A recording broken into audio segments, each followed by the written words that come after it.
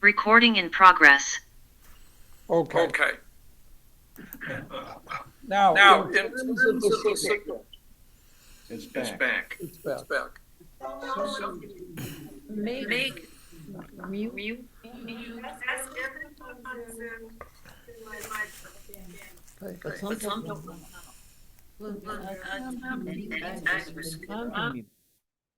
All right. Is there anyone out there? You're good now. Oh, You're good. okay, great. All right.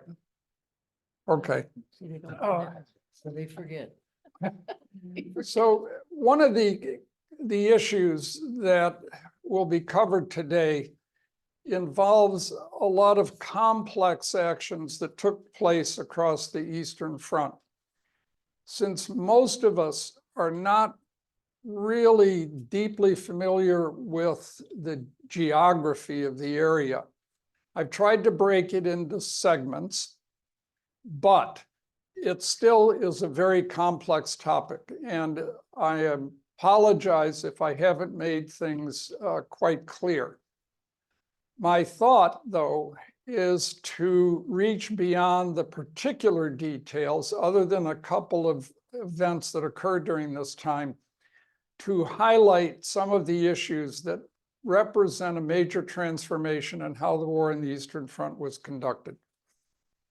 Now, the other purpose of all of my lectures, accomplished or not is up to you folks, is to highlight not just the historical events or provide what may be a somewhat different perspective, a different way of thinking about these events and why they occurred the way they did, but also to try to give us some insights into the conflicts that are occurring right up to literally today. And if any of you has a question related to any of that connection, or that you just wish to make a comment on something, please feel free to do it. Additionally, at the end of all of these lectures, to me, it is particularly valuable if you have some criticisms or suggestions.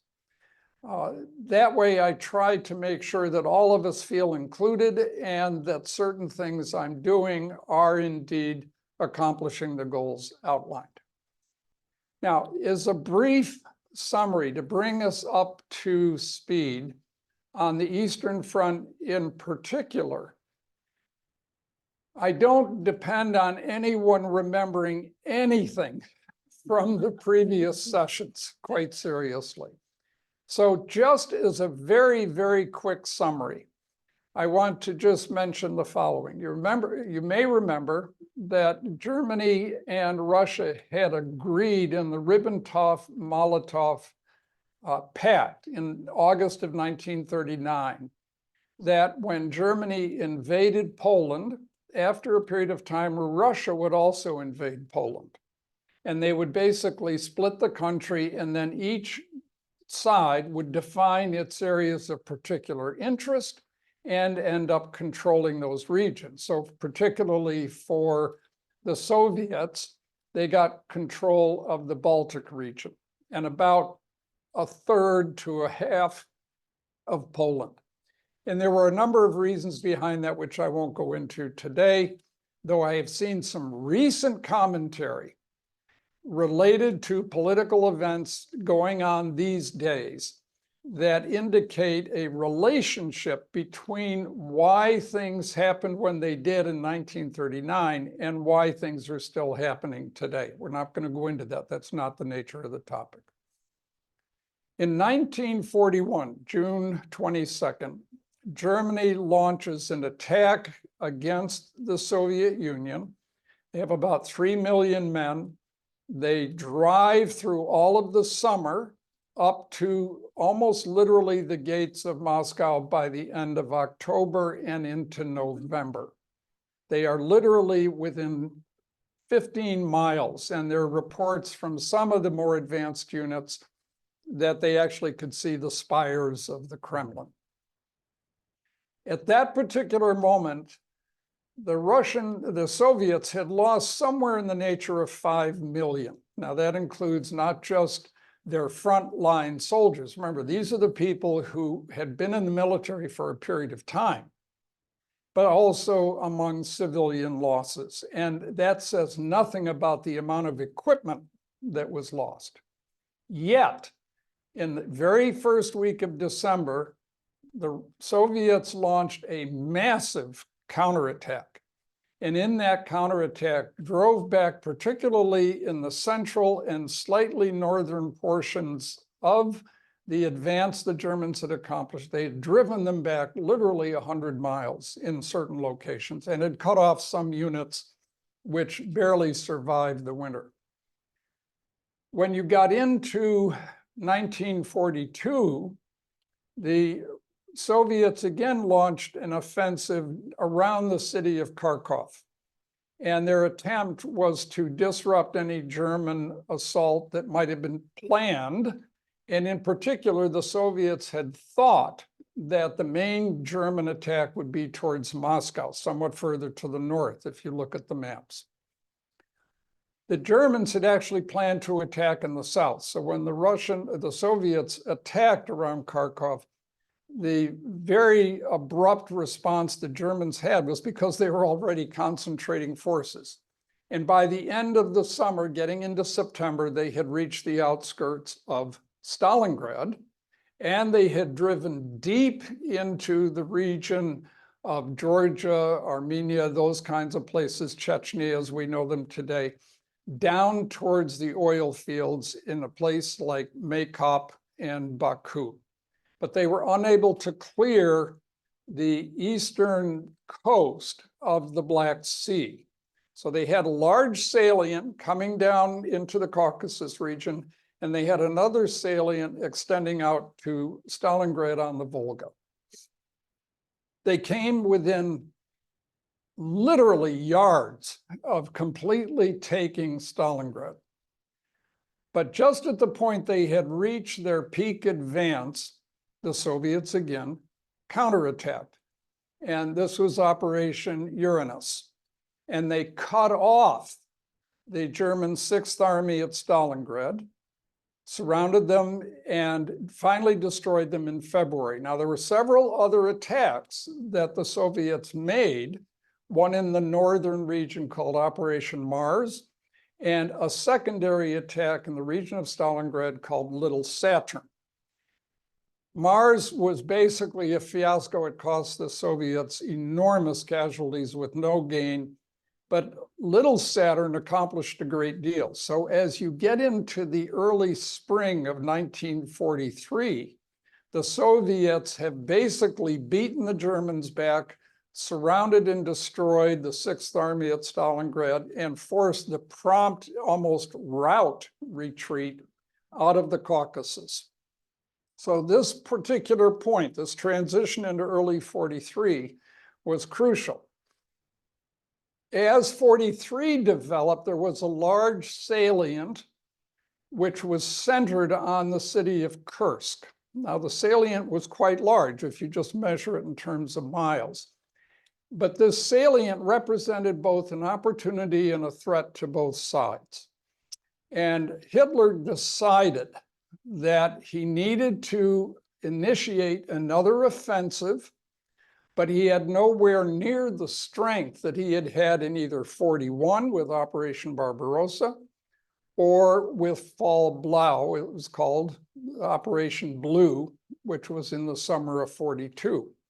Instead, his plan was to cut off this salient and destroy the Russian forces that were there. But the Russians basically knew he was coming, created enormous defensive works, mustered an enormous amount of people and materiel. And within just a couple of days of July of 1943, the German attack had been defeated and thrown back. And at that point, the Russians launched another attack, another counteroffensive, one to the north of the salient and one to the south of it. I'll show you just a very quick map in a moment about that. And basically just kept driving the German army back not only from the Kursk salient, but driving them back to the river Dnieper and to some extent beyond. So that's the situation in 1943, late, as you get into the late months of 43 and into early 44. Why do we need this information? What else had happened in this period of time? What happened in North Africa? Basically, by February, March 43, the Germans and Italians had been driven out of North Africa entirely. What happens in July of 43? Sicily is invaded. And in September, we've not yet talked about it, the Italian mainland is going to be invaded. So if you put it in the context of just what was happening in the European theater, you have to keep in mind that the Germans are being forced back pretty much everywhere. Now, their losses, combined Italian-German losses in North Africa, were enormous. They weren't as bad as they had been on the Eastern Front, but they were severe. And now, with Sicily abandoned, Hitler was rightfully concerned of what would happen with the Mussolini government. And he was increasingly concerned about two other elements.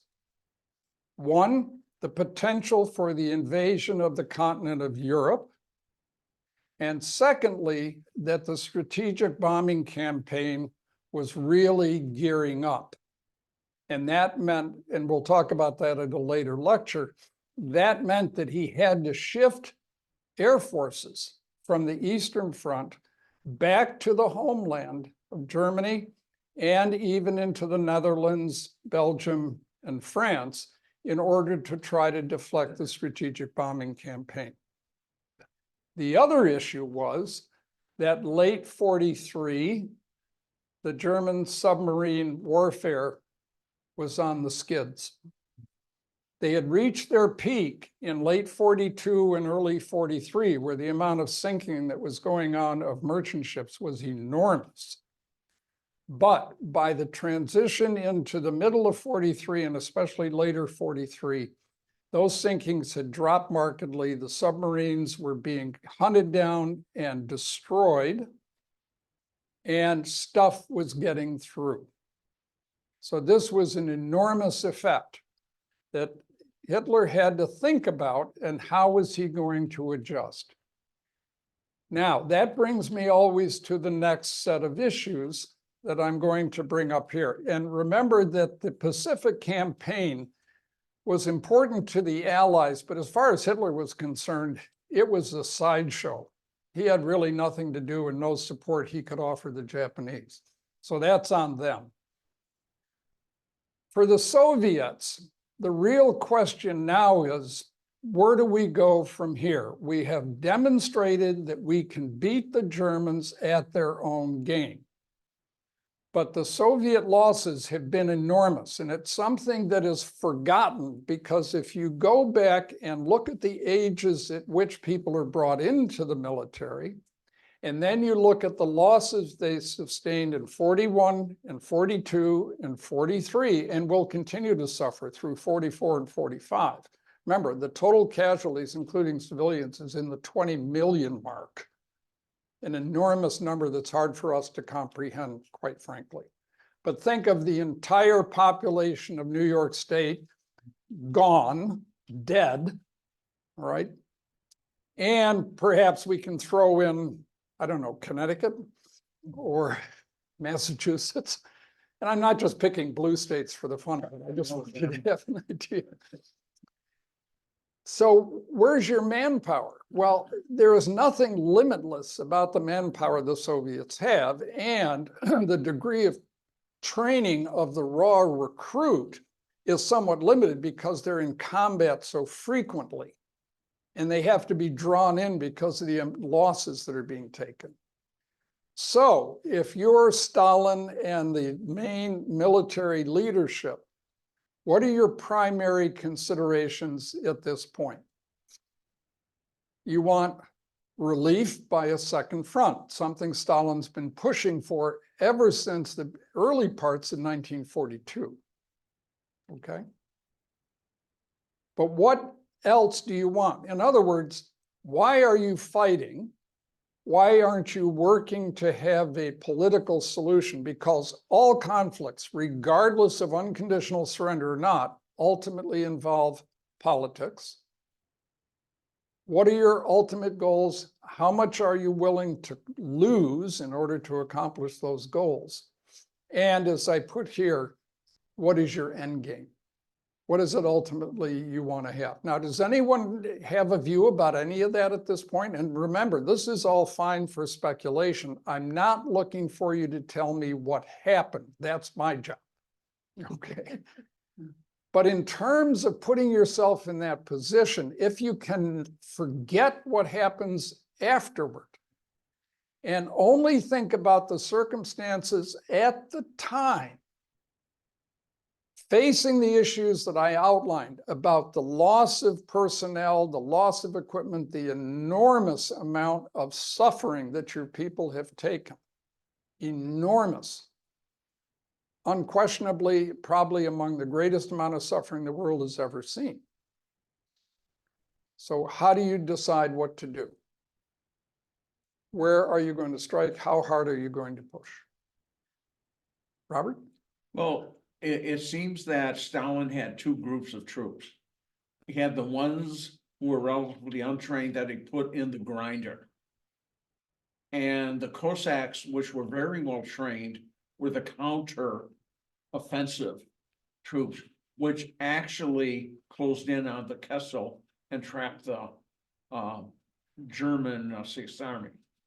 So it wasn't all just pulling people in off the streets and giving them a gun, but he managed to keep in reserve, probably out of Khrushchev's encouragement, a highly mobile, very well-trained, vicious army. And when you look at what was happening in Stalingrad and you see what they had kept out of that front, it is amazing on a strategic basis. Right. The other part that I want to emphasize, and this is more recent scholarship, and by that I mean since I've been alive, and I won't tell you how old I am, that as many as 50,000 Russian soldiers were executed by the NKVD in the Stalingrad operation. The NKVD is like our, I don't know what you call them, not the FBI, but It was like the Gestapo. yeah. So the point is that the brutality of this conflict was such that it was perpetrated by both sides against their own. And why was that? If we go back to one of my introductory lectures on the Eastern Front, my view had been that there were two crucial elements that drove the nature of this fighting. And this is why I bring this up now, because the tide is flowing in the favor of the Soviets. And that is, it's an ideological war, which means my side has the truth. And the other part is that to a great degree, especially by the Germans, it was also a race war. So that meant that the Slavs and anyone under Soviet authority was quite literally not quite up to being a full human being. Yes. I'm not quite clear. 50,000 Soviet troops were executed by Soviets. Yes. We'll call them their military police. CID, I think. Yeah. In other words, if you weren't doing your job or you were found where you shouldn't be and you didn't have appropriate papers saying you should be there, you were just shot. I mean, there wasn't any military tribunal. There were no, courts When to which you would. troops, you 5 divisions are built. Well, as one says, from the French term, to encourage the others. And there are literal stories of machine guns being put up behind frontline troops who are being told to attack. Hmm. And if you turn around, you're going to get shot. If you don't have a weapon, you're to pick up a weapon from a guy who is shot. And if you get shot and you don't have a weapon, well, so what? You know, you're just a bullet target. That's all. We cannot possibly, in our view, fully comprehend the nature of this. But it is of vital importance to understand not only the dynamics that are going on at the time, but what we see today in a whole lot of places around the world. And I'm not just talking about, you know, Gaza and the conflict between the Palestinians and the Israelis, and I'm not just talking about Ukraine. If you want other examples, look at Boko Haram in Nigeria and in the Sahel and other places there. Just think back to the Tutsi and the Hutu and what happened there. So these kinds of examples are with us at this moment. And when we come down on one side or the other, as is our natural tendency to do, what we have to understand is how ideology, and especially for the Germans, race played a huge part of what was going on. And all you have to do is look at the different treatment between British and Americans captured by the Germans and those who were Soviets who were captured by the Germans. Okay? Or look at how the Japanese treated prisoners of war compared to how we treated them. Yes. It makes Stalin's pressure on the Allies a lot more understandable. As a matter of fact, he was reserved considering what he was facing. I mean, Yes. he wanted the invasion of Europe, et cetera, et cetera. And that leads us to the next point about the end game, because we're going to touch on that when we finish up the lecture today. Stalin, like Hitler, and I know people are going to be offended to hear me say this, but it's important to understand it, at least from the perspective I'm trying to offer, were brilliant. Brilliant.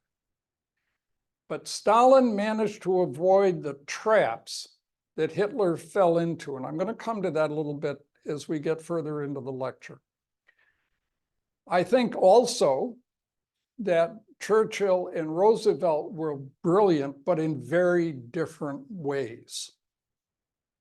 Because neither, well, Roosevelt particularly did not have the same grip on the military that Churchill tried to assert, and had to be moderated by his chief of staff, Sir Alan Brooke.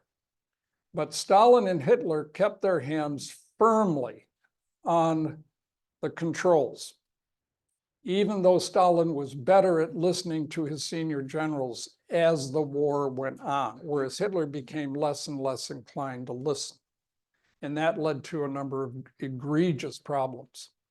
But now we come to another critical thing. Suppose you're Hitler.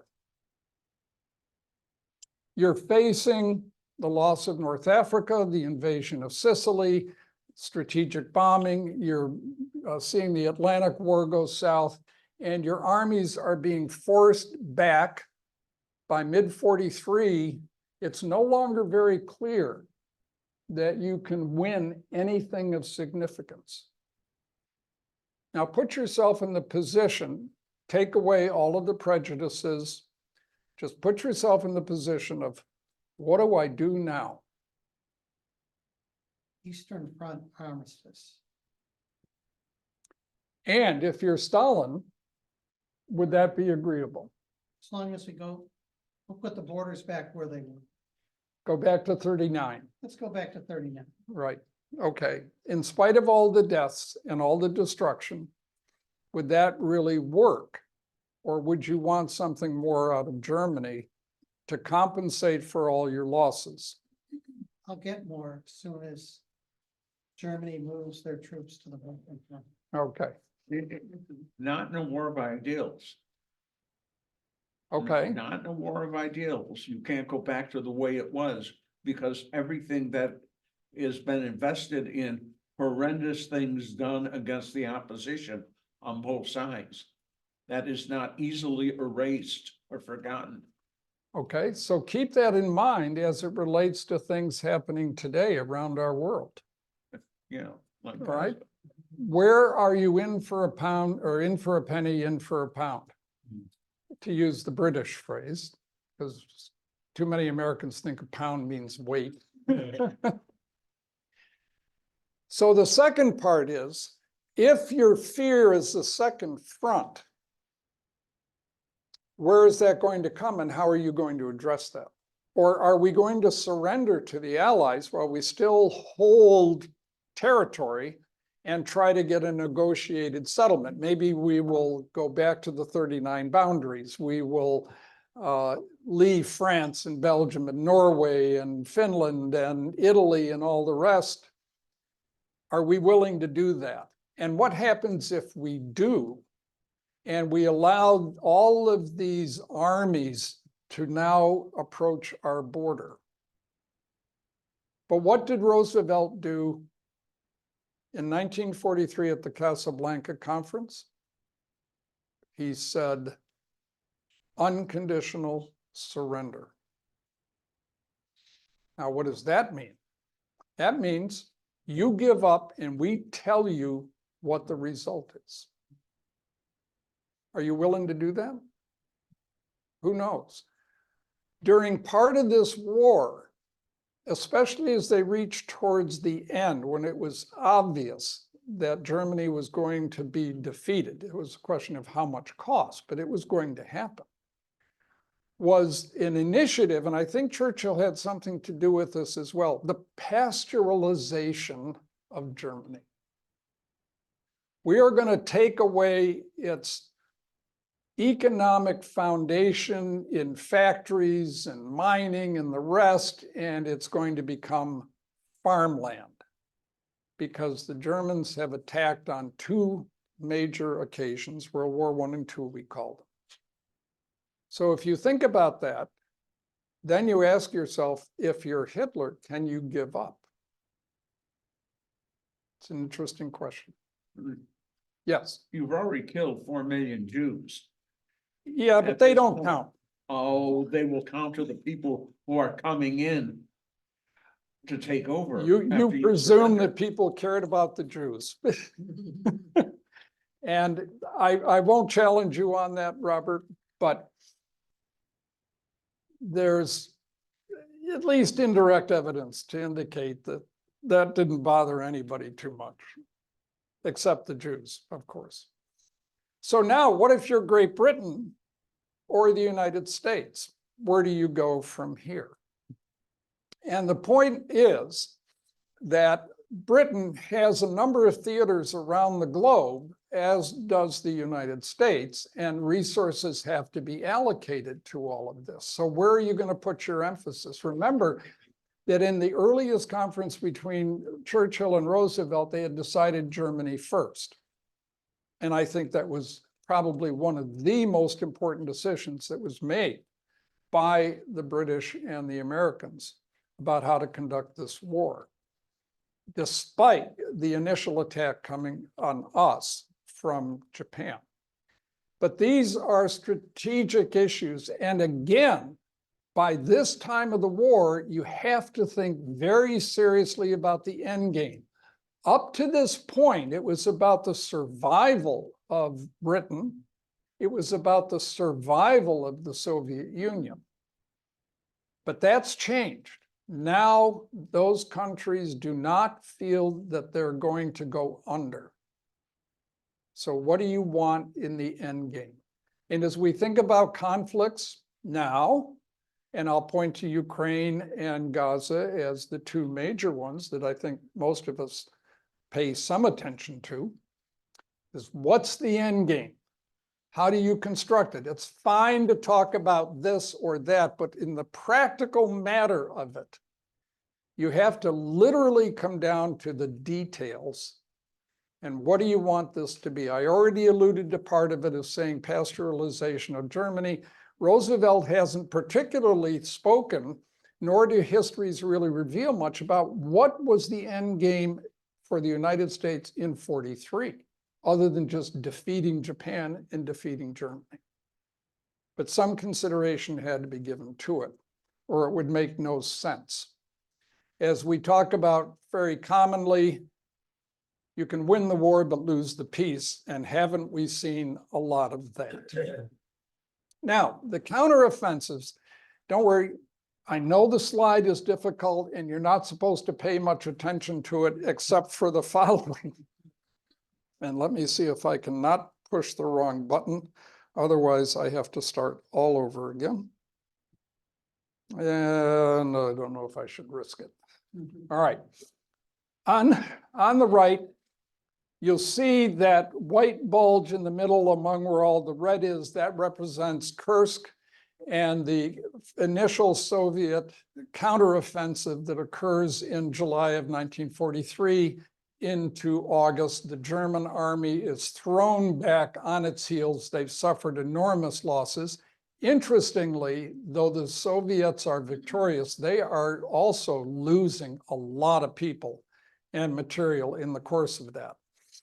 This particular slide I show because this is just a better detail of the, sorry, I got mine and yours. That shows just one portion of the counterattack launched by the Soviets after the German incursion, which you see is the blue areas going up to Prokhorovka. And Kursk is further north of that. And this is the extent of their planning and capability. They've taken a heavy blow by the German forces, but not only do they stop them quickly, they're actually able to force them back and launch an offensive of their own. It's an enormous accomplishment. This particular slide just shows us the nature of the offensives with the blue area, I don't know what other color people would call that, showing how much territory is regained in approximately 6 months. This is an enormous accomplishment, and I don't wish to have anyone look at any details except to understand that the Soviets are now reaching towards the borders of Poland. And this particular attack eventually comes along the major river line called the Dnieper, which is important because the Dnieper geographically has higher terrain on the western side than it does on the eastern side. That gives the defender on the western side an advantage. If any of you have ever been to Budapest, for example, Buda is on the western side of the Danube, Pest is on the eastern side. Buda's in the mountains, if you will, up on high hills, and Pest is pretty flat, extending out for a long distance. And when you're on high ground, you have the advantage, especially in defense. As the Soviets push forward and are driving the Germans back, one of the things they absolutely want to do militarily is they want to get across the Dnieper in some strength so they can unsettle any defensive measures the Germans are taking. If they can breach that line, and they do it even by literally soldiers creating makeshift rafts and swimming across the river, landing on the other side and creating these small little bridgeheads, which are reinforced rapidly, finally allowing, for example, a pontoon bridge to be brought across so heavy weapons can be brought across. But most of the time, the initiation of this is by some frontline soldiers literally getting into the water and swimming across a large river to get on the other side, hopefully before the Germans can intercept them.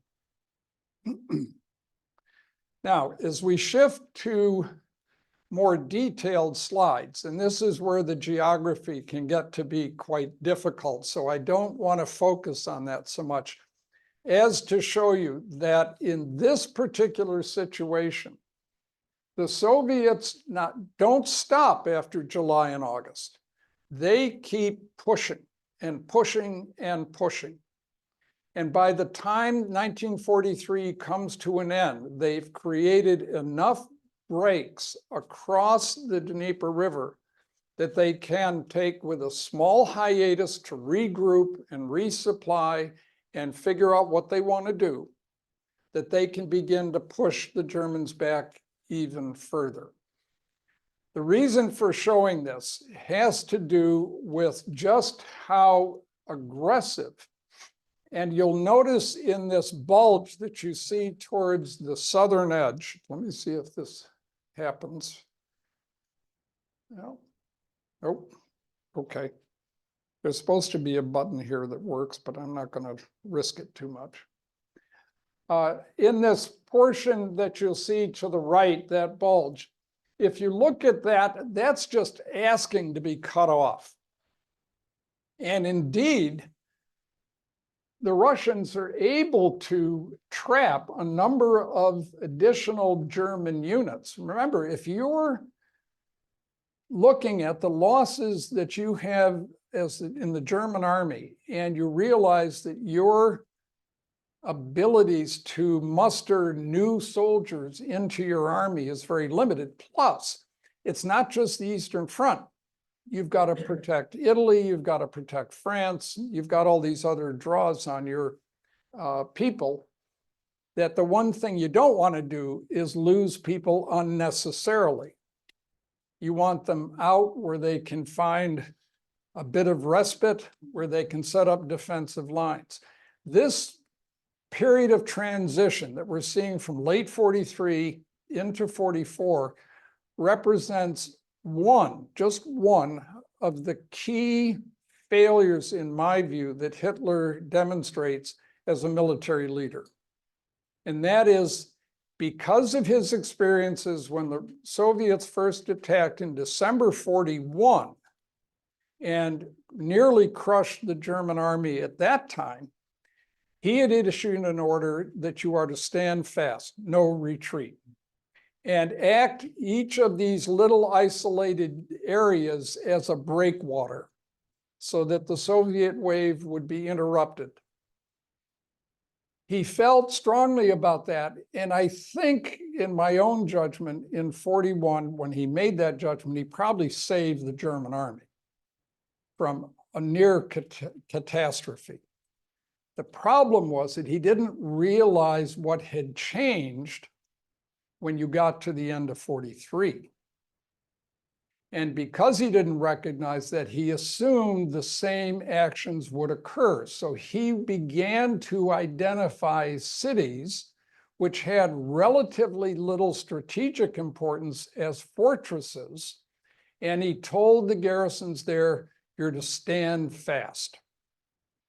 Well, they'd get cut off, but the German army had no real possibility of launching a counteroffensive of any great power that would get to those fortresses and relieve these besieged garrisons, which were running out of supplies. So ultimately, he was sacrificing them, unlike what happened in 41.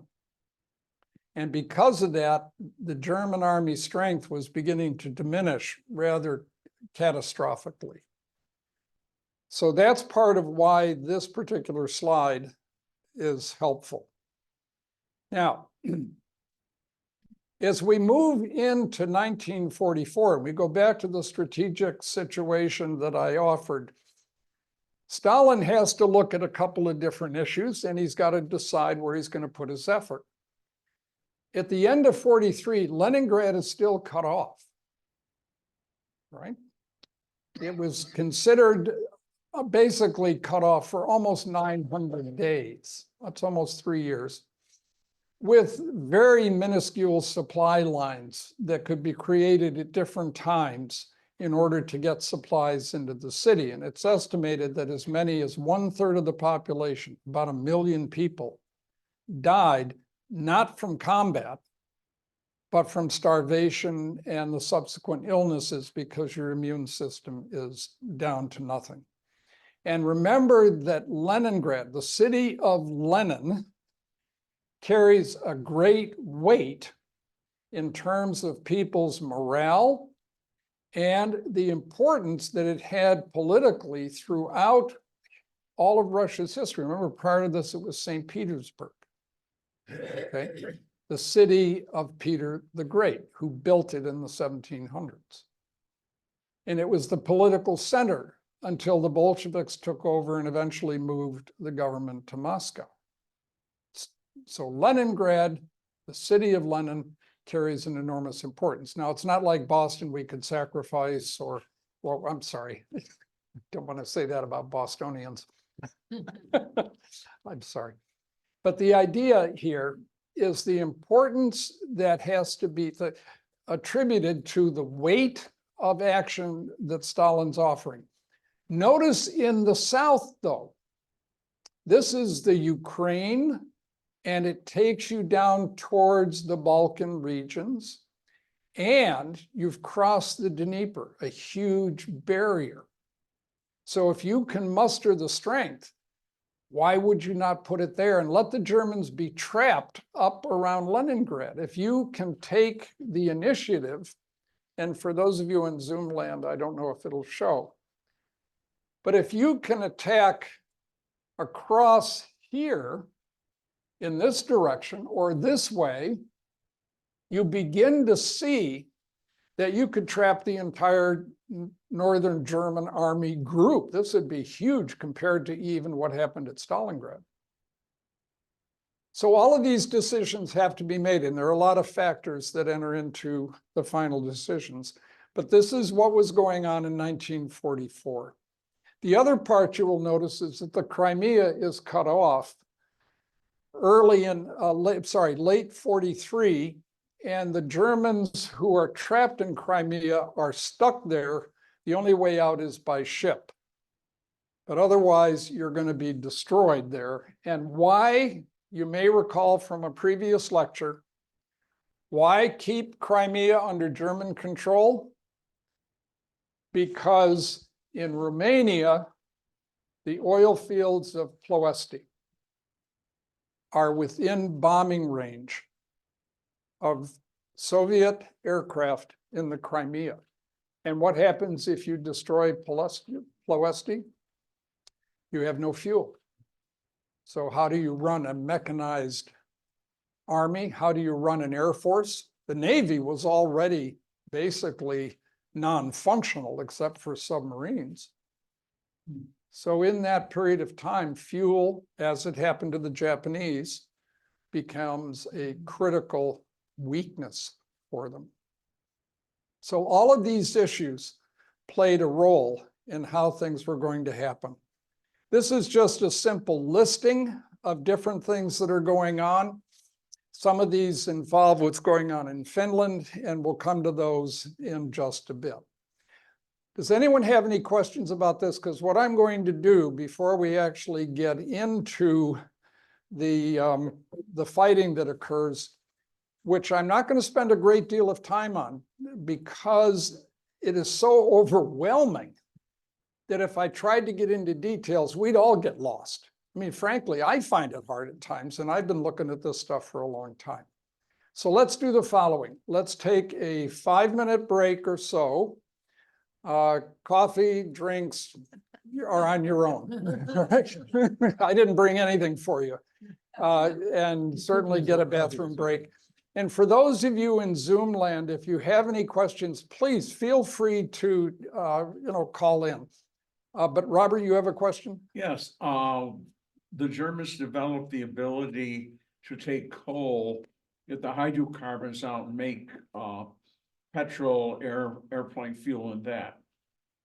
When did that start and when did that peak?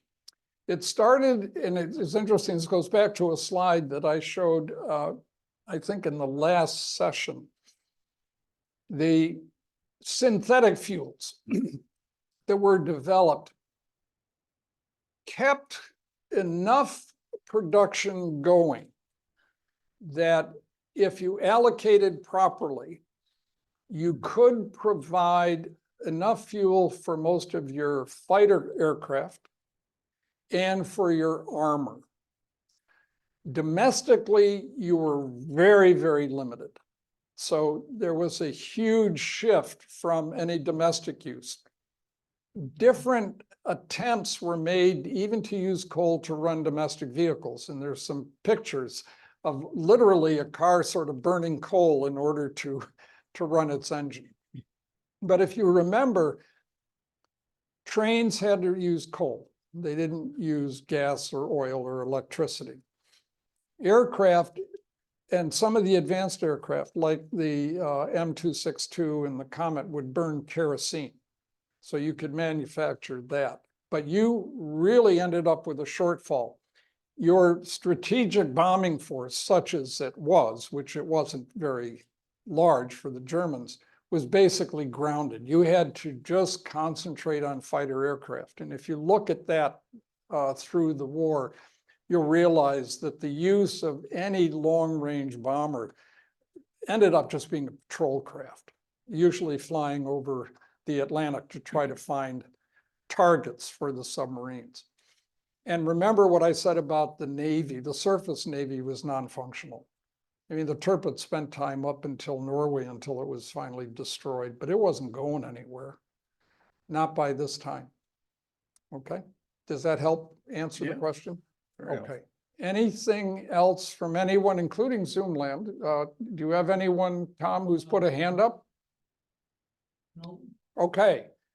Take a few minutes, please. For those of you who are here, take a look at what Joe brought. And we'll resume in just a few minutes. What books can I bring down? Bob brings a book, brings another book home, it's the books. We've got so many. Here, losing Yeah. Napoleon. I just read this They morning, I they want think to there was count. no And I can backup still to leave it him alone, anyway, so. but that says the Ukrainians with their. What does he do troops when you're, have when you're destroyed a alone, when he's third alone? of the Oh, does he? Russian oil. Needs a lot of sleeping. You're just burning. He never up turns on TV until the after refineries. dinner. Yeah, So it is and not the like the that. Russians launched an attack in the And he makes western some, and he- Ukraine he's got the local that newspaper and apparently some was a papers in huge town. storage facility for And- natural and, gas. he had the radio. Now, how much damage they did isn't quite clear, he but does within also- just the past week. 91. And as you may recall from the Ukrainian fight, the Russians have specifically targeted many of the Yeah. electric sites, blown up dams. They're doing everything they can to reduce the economy to practically Yeah. nothing. And by doing it by eliminating their energy. Yeah. And, said that they're now, Oh, okay, yeah. So it's kind you're of. faced with, Who was doing that? Was that the do Charlie? they, you know, Ah, they have oh, yeah. no fuel for both Very good. for the war and for the, She's He does a very good job, very popular. domestic. Well, sir. Yeah, yeah. People. Yeah. 11. Tolerated? Yeah. She played it. Right. Well, we didn't have. And Right. So what? cuts off the export. She brings them. Yeah. And that's the strategic. Yeah. Actually, She had to sing and stuff like The that. answer is no. The only thing. And if you Russia don't get got that, the going answer is for no. diplomatic is And if you don't get it, Yep, So China will cut them off at the knees. and First so on. 2 or 3 days. right. If they have to do something, So then the Wow. next article I The saw next was Tuesday. forget Taiwan. Because The Russians Joyce, only got who 12,000 was sent soldiers last defending time, who Siberia. lives out with our oh, I don't know about that, but I could understand that was, And yes. You know, On a those, motor they're bicycle, getting yes. 4,400,000 gallons. And I've barrels of actually, gas. you know, Why it's, don't we? Yes. well, it's interesting. I actually, at a different site that I write on, had mentioned the idea that China might be looking north And she, Yeah. she drove because straight to- they've always felt that Siberia belonged to them And and when was you- taken over by the Russian czars. Right, yeah, they. Unfairly. That whole fictitious history. Yes, exactly. Yeah, and it says, really, you know, So I don't know whether. Taiwan has we had her as some I problems. wonder about it, and I did a topic. So I'll let you know. Just Thank you. The only thing of any value to the work is the semiconductor. Right. And that'll So, okay. the first that got fired, is this, well, the bubble, Exactly, and it's useless. right, exactly. You hit a good point there, Tom. I'm going to address something that You found something of interest?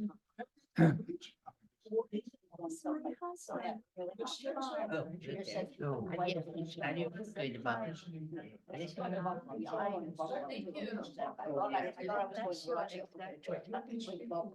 Well, we're just going to get in it. After you got our kid with, youngest kids coming back. I'll be right See back. you. Yeah, well, we're going to start up. ready. Almost ready. Well, before the lunch, the middle of the morning. Because we lost Go north. that time getting people to mute at home. Yeah, I'm sure. Well, I've been, see, I knew about this. Hey, Tom, how you doing?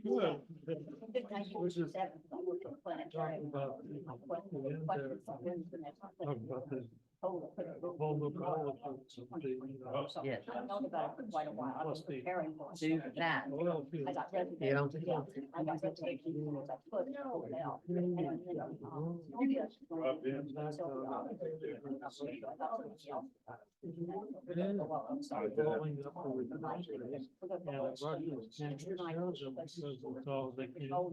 Are getting out of it. You know, I was thought, I heard this figure, I've been following that conflict fairly closely. You know what they do? And the first time I heard it, Absolutely. And this one says, picnics, 8 to 8. Go early, stay late. And Well, that's what I have. Russia depends on all this oil, I thought also. that's their sole diplomatic. Hey, I'm going to interrupt you now. Did you stop recording? All All right, so it's still on. Okay, good. Then let's get everybody back and get started. time to rock and roll.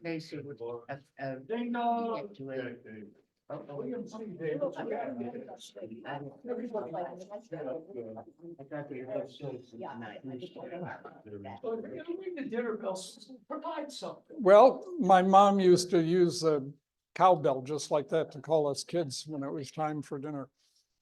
One of the things that has come up in the course of just conversations, and I think it's worth repeating to some extent here, is the following. First is that this war is really total war.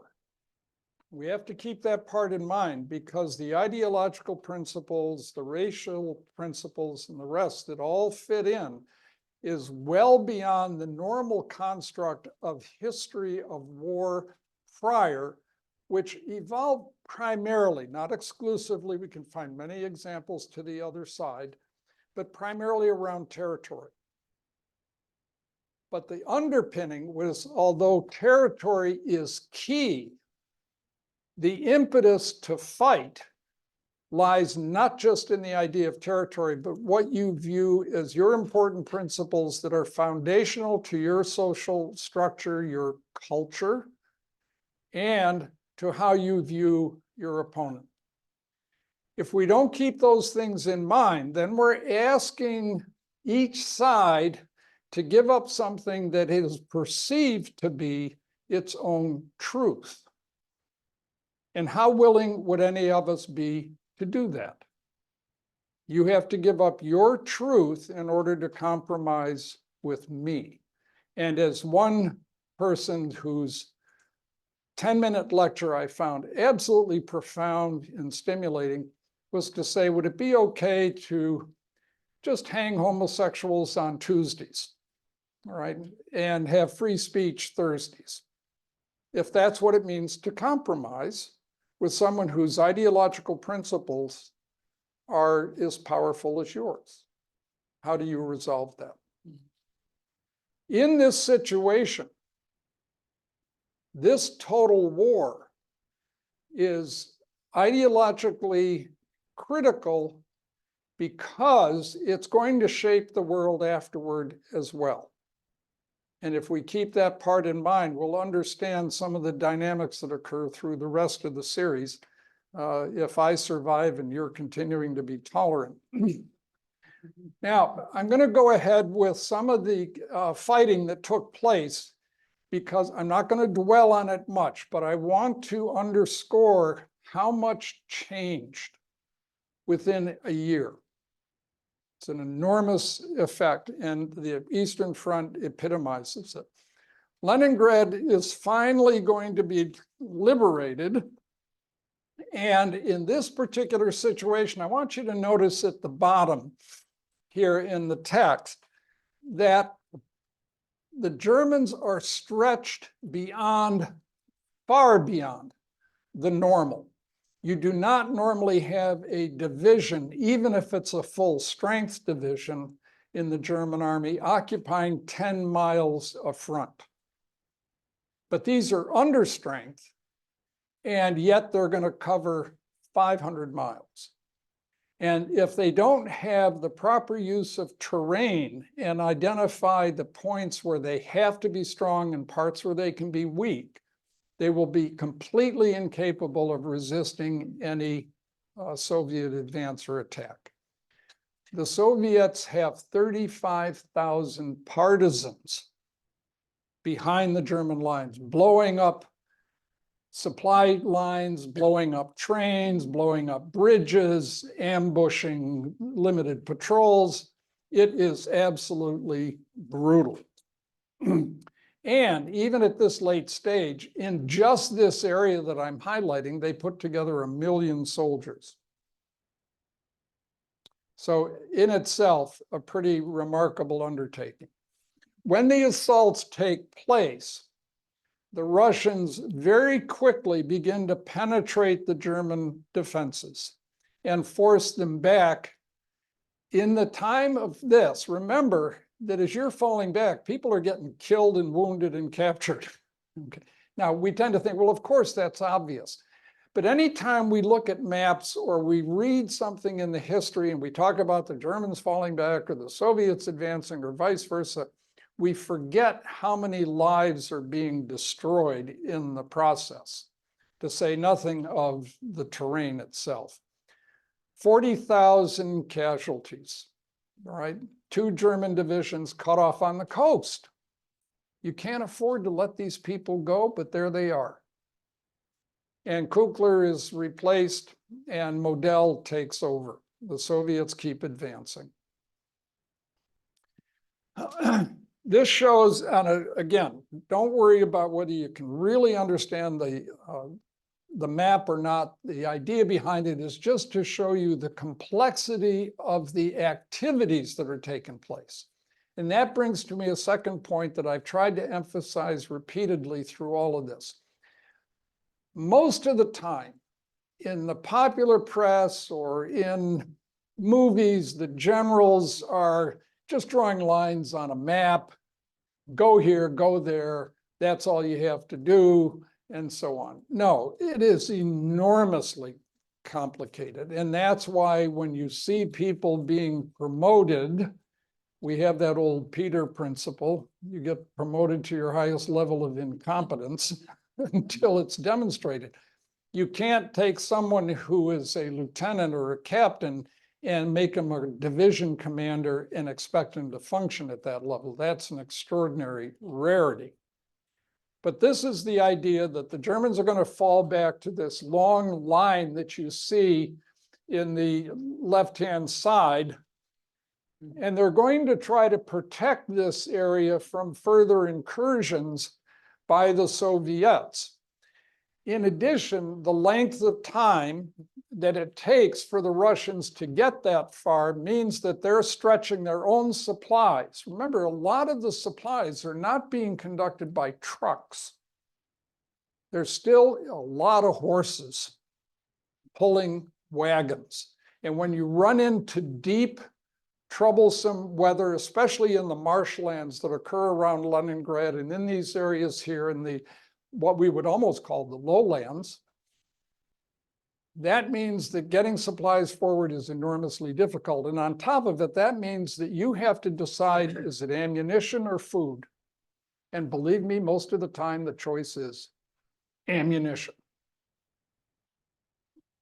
Is that body of water in the center, Lake Ladoga? You've got here, all Yeah. right, Lake Piput, I think No, I've to pronounced the it. right. And over here, no, Ladoga's way up by the side of Leningrad. I was trying to figure out what that body one was. Yeah, that's Lake Ilmen, I Okay, believe. thank you. So this just gives you an idea. Again, I'm going to go through these fairly quickly.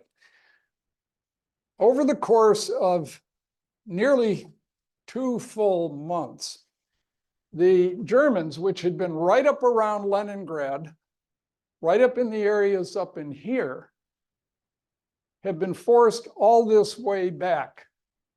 And that's a considerable distance when you consider how much time it takes even to move forward without opposition. So if you're in opposition, you walk slowly, all right? You don't want to get trapped. You don't want to get ambushed. You've already had the Germans demonstrate to you time and time and time again that if you stick your neck out, they're going to try to cut your head off. And they are tactically adept. But here, the larger configuration of this fighting is such that the Russians keep pressing and pressing and pressing. And if they take losses, they take losses, but they are not going to stop. When you come down to the latter part in the summer into the fall, the German front basically in the north collapses almost to nothingness. So here, the distance on this scale, just to point this out, is 50 miles, okay? So if you just try to translate that distance, it's an enormous accomplishment. It's almost akin to what happened in 41 when the Germans advanced. You're just making miles and miles each day. And you're going to cut off German units. They're going to end up trapped in these regions. So this is an enormous achievement on the part of the Soviets, given the losses they have sustained to this time. And why are they able to do it? It's not just a preponderance of men and weapons, though they do have that. It's because their generals have learned how to fight. And they've been given enough latitude, which previously was not the case, by Stalin to do what they thought best. Stalin, early in the war, tried basically to run everything. And as a result, suffered enormous losses. It took him until almost 43 to really learn his lesson. Hitler, by just the opposite approach, got into a mode where, because they were beginning to lose, he took more and more action, to the point that even Rundstedt, one of his premier generals who later is going to be important in the West in the Battle of the Bulge, said, "I can't move my own guard without permission." So think also of the intellectual capacity it takes to carry all of that information in your head and then come up with the wrong decisions on top of it. How many of us have been down that road? Now, what else happens? And I'm going to kind of conclude what happens with Finland, because there's no point in dragging their misery out further. But in line with relieving Leningrad, though this starts later, as you'll see here, it says June 9th as opposed to January. It's pretty clear to the Finns, remember, who joined the Germans and helped launch an attack to isolate Leningrad, stopped at their own borders from 1939. In other words, though the Finns, with some German support, might have completely isolated Leningrad, cutting it off from Lake Ladoga and what became the ice road that got supplies in during the winter, the Finns stopped. They did try in central Finland and northern Finland to help the Germans, but they never accomplished anything. The terrain was utterly awful. But now that the Soviets have mustered the appropriate strength, they launch an attack against the Finns. And with that, they are driven back fairly quickly within a period of about 6 weeks, so that the Karelia Isthmus, the connection between the Gulf of Finland and Lake Ladoga, which is in that upper right corner, they've been driven back almost to where the lines were at the end of the Winter War that they had with the Soviets in 39-40. So they've been driven back as well. And they have no recourse to any great amount of supply. In the far north, when you're dealing up in the region of the Arctic Circle, and you'll see in the upper left corner that there's Norway. Remember, Norway comes around the top and connects to Finland. Sweden does not go all the way to the Arctic. All right. Norway's been occupied by the Germans since 1940. They attempted to cut off the ports and access that was being used to bring supplies in from England around the North Cape and supply Russia. I talked about that when I talked about submarine warfare and the effect of this particular catastrophe, PQ-17, which was a convoy that was devastated trying to get supplies into Russia. But there'd basically been a stalemate there for a long period of time, but no longer. In spite of awful terrain and the far distance from any part that would be considered normally of great strategic value, the Soviets attack, and again, they drive back the Finns, as you can see from the arrows, to such a degree that Finland now sues for peace. Now, remember that I talked about ideological war. What is the key that allows Finland to give up and not be totally destroyed by the Soviets? Why would the Soviets agree to this kind of situation? In fact, what happens initially is that the Finns just say to the Germans, you got to leave. Okay, you got a couple of weeks to get out of Dodge. All right. So in the north, the Germans might head for Norway. All right. But in the south, they can't cross into Sweden because they'd be interned there. So they have to exit by sea if there are very many, or they have to find their way up north and then get out to Norway that way. Why would the Soviets agree to allow Finland to simply exit the war? Draw your own conclusion. But if you're Stalin, you might look at it and say, I don't need to divert more energy up there. The Finns are not a threat to me. I frankly don't care that Finland is there. We'll have enough political influence with Finland after the war that they'll do pretty much what we want them to do, but I don't have to take anything from them. I'll just keep the border. Well, I'll have control over them, but I don't have to physically own them. I can force the Finns to rely on trade with me, and I'll keep the border of Karelia back where it was when the Winter War finished in 1940. So Stalin shows a level of brilliance and understanding and understands the strategic priorities. Okay, now we're going to shift to Ukraine. Now, again, don't fuss over whether the maps are confusing and you can't read what some of the cities are, because that isn't the critical part. If you want to do that, by all means, you can take the recording of the lecture and you can blow up the maps or get out an atlas and take a look for yourself and understand where this comes from.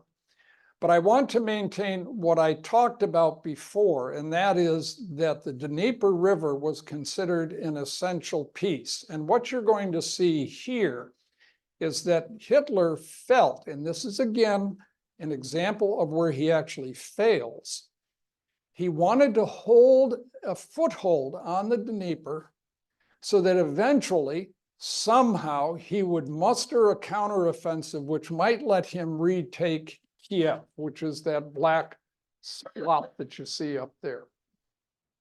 But what you'll notice in these red arrows is that when the Soviets are going to attack, what are they going to do? They see all of these German units, and they are across the Dnieper. Here's the Dnieper River. The Soviets are across, and if they come down this way, they can trap a whole bunch of Germans. And indeed, they launched that attack at the very beginning of January, and they cut off a whole group of German units, equivalent to about a corps, which is about 60,000 in this case. And they're stuck, those guys. So what does this mean? The title of this book is Hell's Gate, and it's a very good history of what's called the Korsun pocket, that what happened to those German units that were trapped there. And it tells you a great deal about both sides and how they conducted this particular fighting. This photograph on the front, though, I think is probably, to me, one of the most striking portraits taken during the war. There's something about the face of this particular soldier and the guy next to him that reveals a great deal about what every soldier suffers, especially in conditions like this. These people are cut off. They already know the history. They've seen it and seen it and seen it repeated. And they also know that if they're captured, their likelihood of very prolonged survival is quite limited. But nonetheless, they're going to hang in there. And you could ask yourself, why? This is the actual cutoff of the Korsun pocket. And when you read the details of what both sides went through, but particularly the Germans in this case, they eventually try to break out of the pocket. You see where the two lines are coming together. They do join very briefly, and most everyone who gets out on foot. So they have to walk this entire distance through snow, bitterly, bitterly cold weather, under constant attack by the Soviets, who are doing everything they possibly can to crush them, and quite literally would run their tanks over them rather than just shoot them if they had that opportunity. And it wasn't necessarily willful, but it was the nature of fighting. So if you could get in among weak troops with a tank, then why use ammunition if you can just run them over? You save your ammunition for something bigger. Not shown on this is that near Lysyanka, which you'll see there with the blue arrow. There is a, we would call it a large stream, maybe a small river. It was only partially frozen, only partially. And what was frozen was not capable of sustaining any weight. When soldiers arrived, and I think it was 50 meters across at this point, swollen up by melted snow, some rain, the weather was absolutely dreadful. Freezing cold, but on that cusp where everything was falling apart. They literally had to try to swim it. And the stories talk about how many just drowned, got washed away. Some that made it to the other side were now soaking wet in freezing weather and still had to walk a considerable distance before they could get to a German encampment. So they've been walking through the winter. They've been on half rations and the rest of it. This just gives you an idea of what was happening, how they were being managed and so on, and the disproportion of strength that you see here. But remember that despite the appearance of the numbers and what might seem to be easy, easy pickings for the Soviets was not. The Germans fought very tenaciously, and it's demonstrated in terms of what actually goes on. All right, 30,000 killed, captured, wounded in the pocket, another 4,000, 5,000 or so on, up to 40,000. But look at the Soviet side. Total casualties in the order of 80,000. So the Germans are still very, very capable of inflicting damage. The problem is that they can't hold the terrain anymore. Okay. Oops, sorry. Now, spring of 44. So the Korsun pocket has been reduced. The lines across the Dnieper are completely breached. The Germans now do not have any obvious constructed fortified lines of defense. That doesn't mean they're not digging in. They just don't have something that's, say, like the Atlantic Wall, where a great amount of energy and resources have been placed to prevent the invasion of Europe by the British and Americans. And this shows you these brown spots are where partisan activity was particularly prominent. The idea behind this, though, is to show the objectives. The red lines don't indicate where they actually went. They're just trying to show you what they anticipated doing. But if you look at the scale that's up in the upper left corner, you'll realize that the Soviets were willing to plan a 200-mile plus advance. And you can't do that without having very, very competent people in charge and understand the nature of what your troops were to do, how you're to overcome the German resistance, and begin to drive all the way to the borders of Germany and Poland and so on. In the interim, the Crimea finally falls. Now, I've talked about the importance of the Crimea on other occasions. I alluded to it today when I talked about why taking the Crimea mattered from Hitler's standpoint because of the vulnerability of the oil fields in Romania. But the point here is that the Soviets forced the Germans back into Sebastopol, and relatively few, by comparison, escaped. This, again, is another place that's just taken over, though there is more strategic rationalization for why he wanted to hold it than was true for the other spots that he was forcing people to do down the road. Now, I showed this slide a little bit earlier above just to outline. The Soviets planned all these offensives. You can't do that unless you have confidence in your senior generalship and in your troops and in your ability to conduct this kind of warfare. So when you look at this, this isn't a matter of going from one to the other necessarily. Now, the senior military staff of the Soviet Union is thinking well ahead. And Stalin is thinking well ahead to what is going to be the political outcome ultimately that he wishes to have, given the sacrifices that his people have made. One of the key elements is here, Operation Bagration. Now, Bagration was the name of a Russian general back in the Napoleonic era. And they often used the names of Russian generals like Kutuzov and others to identify it.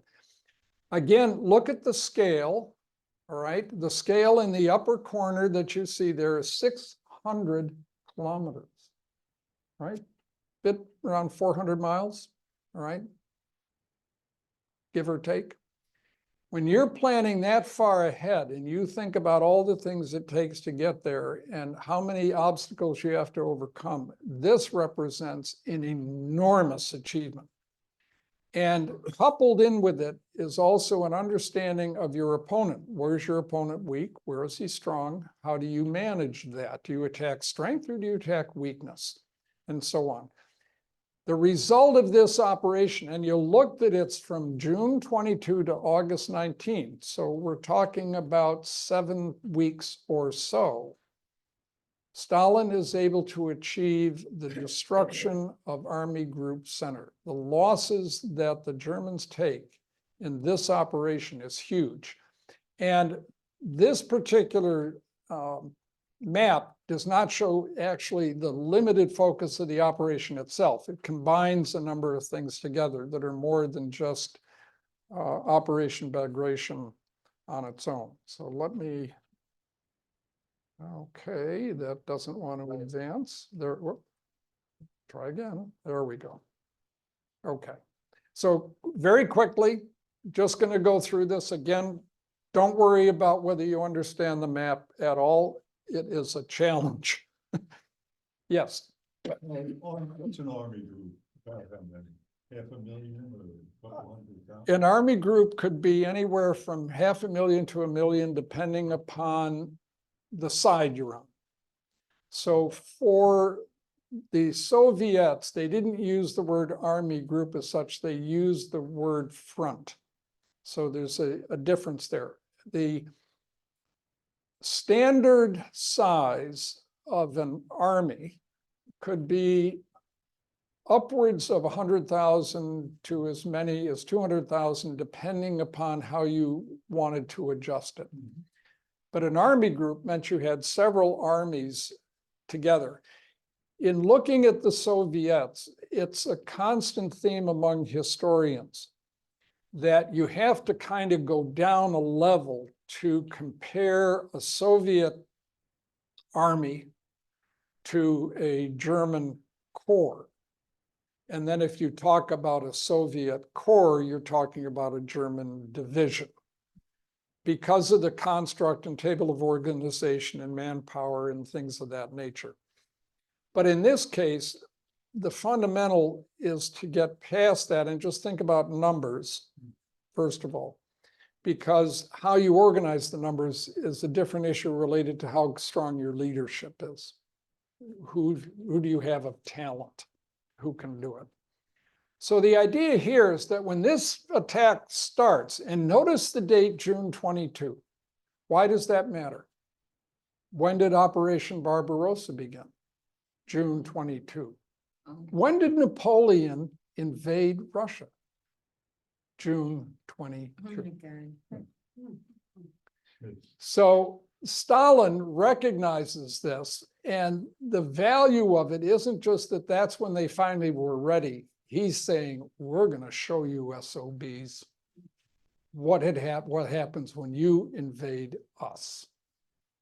All right, we're going to show you. And within this, remember that's June 6th, Normandy invasions take place. So Hitler is looking at a landing in northern France, and I haven't even touched on what's happening with Italy. That'll come in another lecture. And he's saying, uh-oh, now what?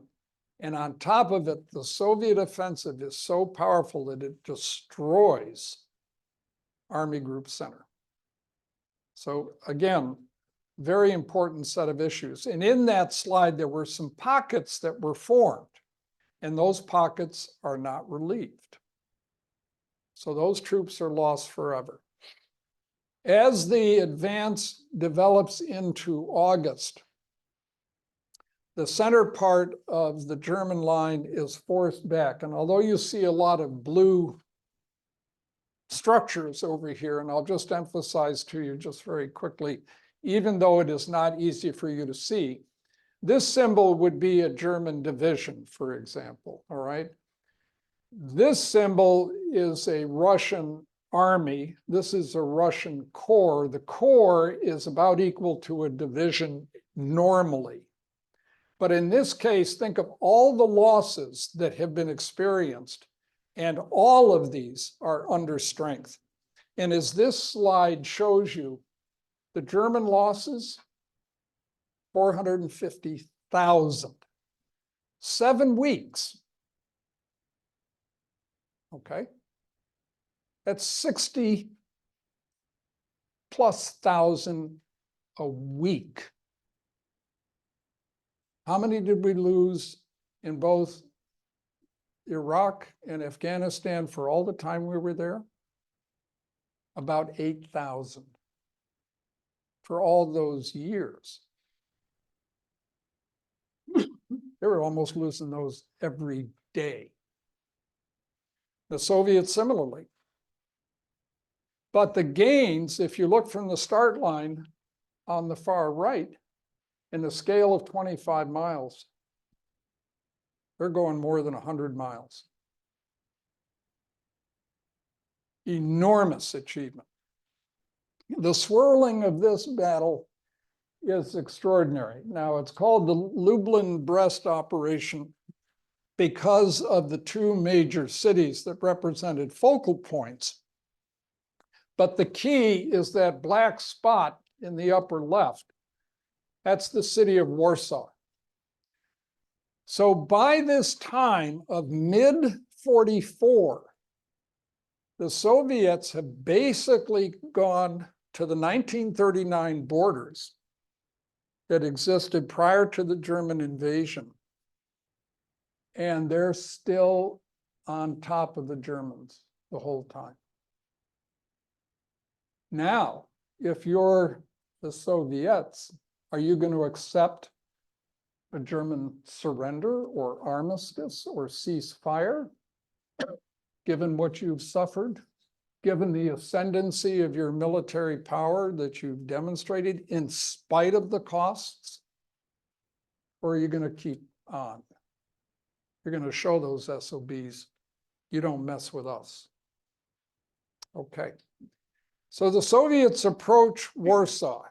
Yes. And you're gonna show the Poles in Warsaw, they're expendable. You have hit a certain point, and I'm going to cover that in a couple of moments, but I appreciate you anticipating, because that is the key issue If to you- what we talk about with the strategies. If you've been in Warsaw, it is absolutely amazing what the Poles did to rebuild the city. So Manstein is still in charge of his army group, but he's facing constant defeat. And there will be a point where Hitler finally says, I've had enough of you and you're out of here. I need someone who has the Nazi spirit in his soul, who's going to stand fast and do what is necessary to win. Because if your morale collapses, it doesn't matter how strong you are. And I could give you some prime examples of that, where the morale has collapsed in spite of a huge preponderance of strength on the field.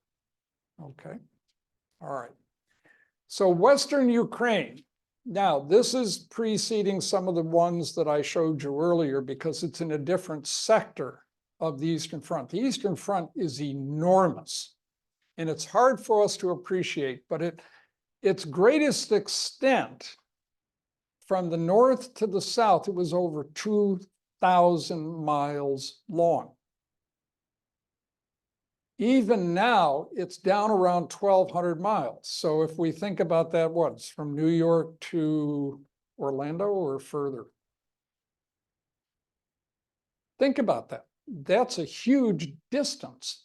And you've got to have army troops all across that segment that are supplied and supported with a whole variety of issues.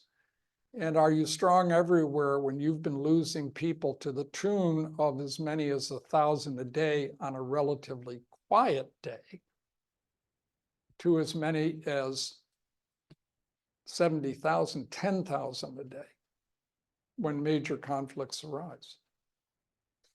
So let me hit the next one.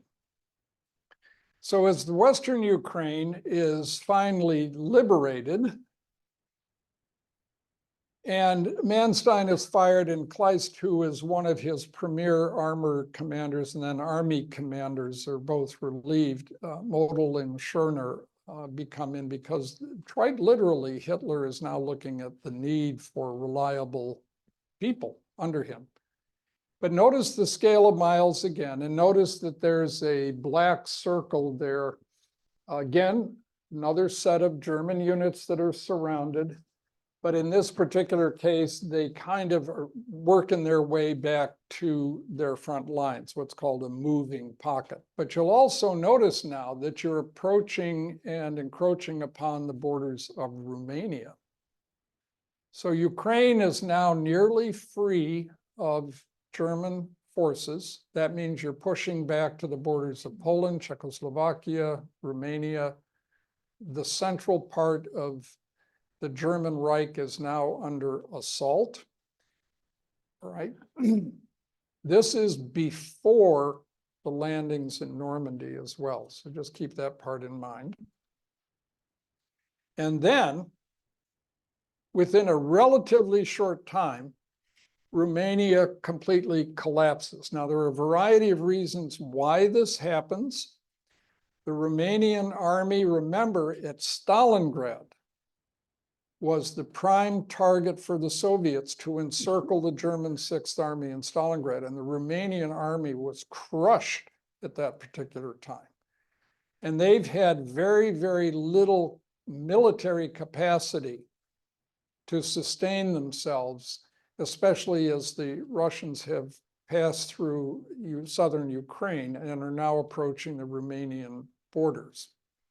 What happens is that King Michael finally says, we're out of here. And again, he addresses Stalin and says, we're done. All right. Now, he's not going to prevent the occupation of Romania, unlike Finland. All right. He has to tell the Germans, get out of here. All right. But Stalin isn't interested in occupying Finland. He wants to control it, which he can do as it is. But Romania is different because his strategic goals now demonstrated to the whole world is the territory we hold will not be given its own independence. It's going to be part of the Soviet Union, and it's going to be under Moscow's authority. That is what happens when you completely occupy a nation. King Michael may know that, but he has no choice. His country is incapable of fighting. And on top of it, Hitler bombs Bucharest for reasons which are a little speculative, but basically it means that instead of the German army forces that are still in Romania being allowed to sort of exit quietly, now, they've triggered the situation where the Romanians actively join. And of course, they're partly forced to join anyway by Stalin. They said, you know, your army units are going to be part of our army. Why?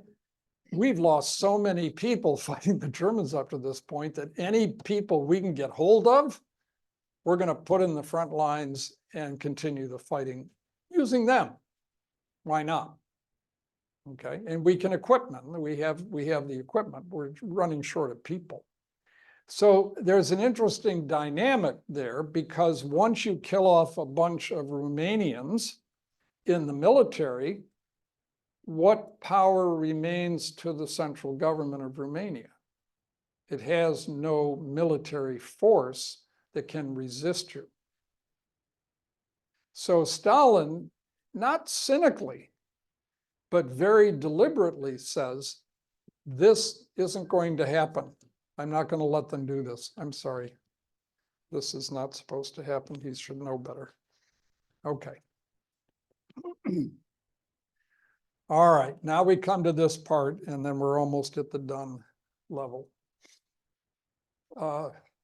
This is part of that attack that is conducted, and you'll see that it approaches the borders of Czechoslovakia.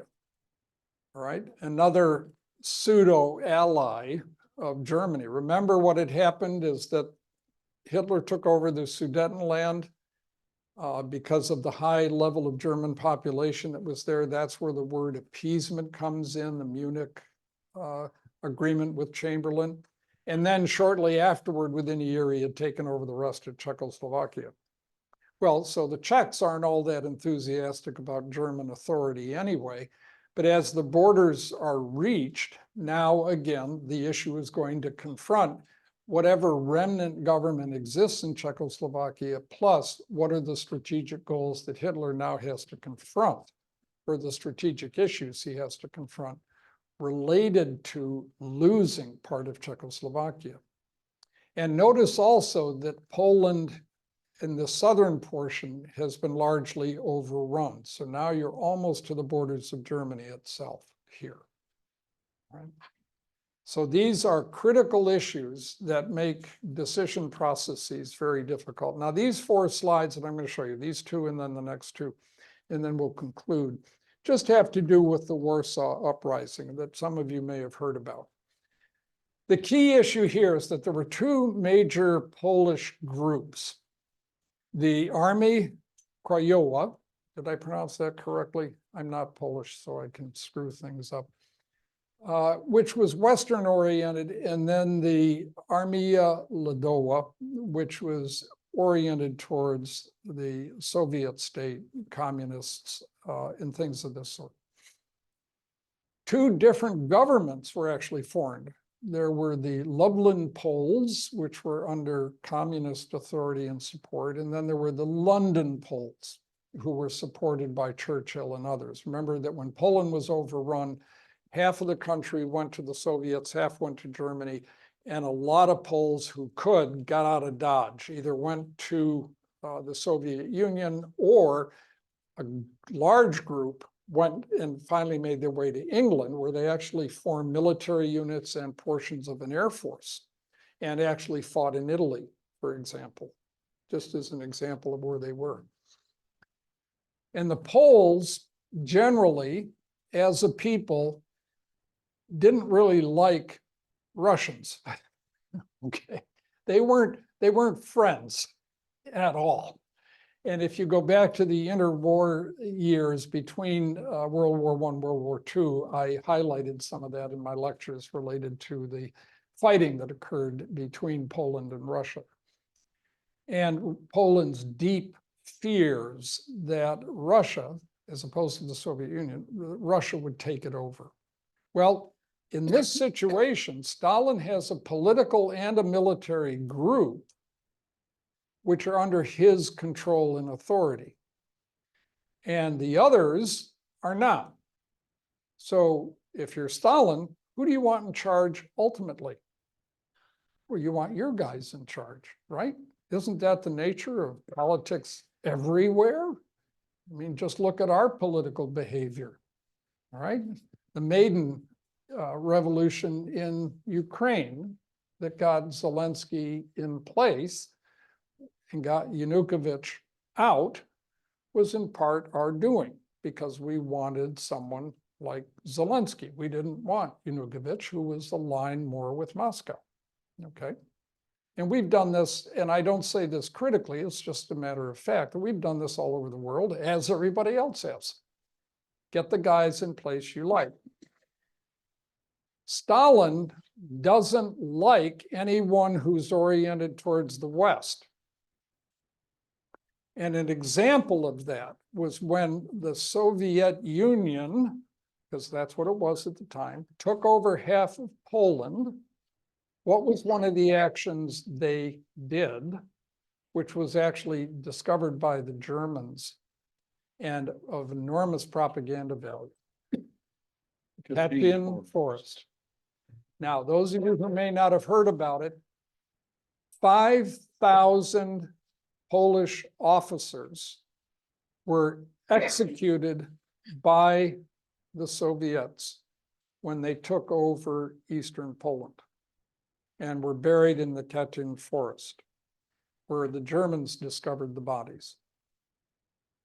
So don't think that Stalin's approach was necessarily based only on brutality towards the Germans. Stalin was perfectly willing to eliminate any opposition, and he didn't care how it was done as long as they were eliminated. So what happens in Warsaw? Which group leads the uprising in Warsaw? It's the Western-oriented group. They had the largest contingent. They see the Russian army literally within a couple miles of Warsaw, just a few miles away. And they say, gee, if we rise up, we can throw the Germans out, the Russian army will come in. We'll figure out what to do once they're here. But the point is, we'll be liberated from the Germans. What does Stalin do? He says, gee, let's you and him fight. We'll stay out of it. So he does. He stays out of it. It's a catastrophe in the beginning where it's a mishmash of actions that take place all across the city of Warsaw. Eventually, it consolidates into a few segments, while the Germans, remember what they've suffered up to this point in just 1944, before we get to the latter part of the year. Do they have any well-trained military units available? No. They've got garrison troops, administrators, a few police-type organizations, and maybe a few scattered people who are of questionable value or just recovering or whatever. So the fighting that takes place is chaotic and not well disciplined at all, because the level of coordination that the Germans can exert, just as the level of coordination that the uprising Poles can exert, is really bereft of any central organization, even though we have titles for people who are supposed to be in charge. Ultimately, what happens is this. The Warsaw group is destroyed. It took a long time, as you can see. We're talking about roughly almost 2 months. But look at the casualties that take place. Look at the German forces, how they're organized, even Soviet POWs. There was a whole significant group of Russian POWs, Soviet POWs, who actually joined the German army, some of whom were actually at Normandy on the day of the invasion. But their view was, I ain't going back to the Soviet Union. And indeed, just to put a little nail into this, when the war concluded, many of them were sent back to the Soviet Union. What do you think happened to them? Were they welcomed? No. No. They either were killed off deliberately or they were sent to the gulags and died there. Because under Stalinist rule, anyone who was captured was a traitor because he'd been subjected to German propaganda while he was a POW. So keep that in mind as to what goes on. So the German losses are modest and don't represent frontline units, though eventually a frontline unit, a Panzer division, was sent in to help finally put an end to this misery. But you look at the deaths, 200,000 civilians. Now, I'm not getting into a political discussion about this, but I want to highlight something that we're dealing with literally to today. All right?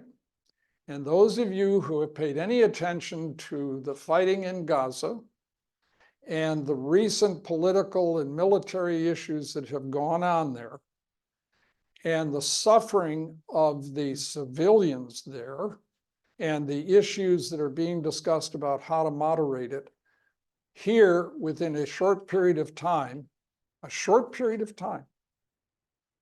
right, 2 months, 200,000 civilians die. This isn't necessarily, though it is partly true, that this happened because the Germans just simply shot a lot of people and just said, the hell with it. You know, we're in the middle of a dogfight here. And if you're not on my side, you're on the other side and you are fair game. The point throughout this entire conflict, especially on the Eastern Front, is that everybody who wasn't obviously on your side was on the other side and was a legitimate, in your own mind, target. Laws of war had nothing to do with it. You did what you wanted to do when you decided to do it. So as a recap, just to finish, and we'll be finishing here in just a moment, this just shows the extent of the advances of the Soviet forces in 1 year. It is extraordinary. It is comparable to Barbarossa in the first 6 months. Scale of miles, this is 100 miles. So think of the distances involved, especially from here to the borders of Hungary. Now, ask yourself the following question. If you're Hitler, what are you going to do? Remember, this is December of 44. So in 6 months, what's happened in France? It's gone. It's no longer under your authority. The Allies are at the border of Germany. What's happened in Italy? Finally, they've been pushed back into northern Italy. We'll talk about that in the other lectures. What's left? One piece of information that I did not include here. What happens on July 20th, 1944? Paris. An attempt to assassinate Hitler by putting a bomb in his conference room. It blows up and he survives because the table was of such a weight that where the bomb was placed did not kill him.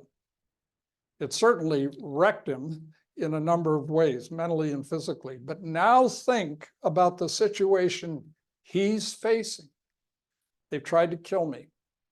We're losing the war. What happens now? Where do we go from here? Whom can I trust when in the inner sanctum of my meeting with people whom I thought I could trust, they've tried to kill me? So we'll end there for today. I thank you again for your patience. You people are extraordinarily tolerant. Next lecture, we're going to talk about the Central Pacific campaign. We talked last time about the South Pacific with MacArthur going north up through New Guinea and the advance in the Solomons. I'll touch on that as preparation for this. But again, I'll stay for a bit. If anyone has any questions or comments, feel free to join in. Yes. What kind of facilities did they have for the soldiers that were wounded, you know, in their Civil War brought out the need for that? How did they just freeze to death in the snow? It was so cold? A number did, some were left, and there's a description just to give you an idea of how brutal this conflict was.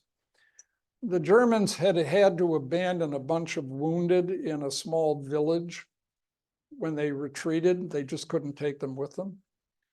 And when they recaptured the village a short time later, they found that the wounded had been dragged, this is wintertime, had been dragged out into the streets and covered with water, which froze. The point is that sometimes a bullet to the head is more merciful. So why do you do it this way?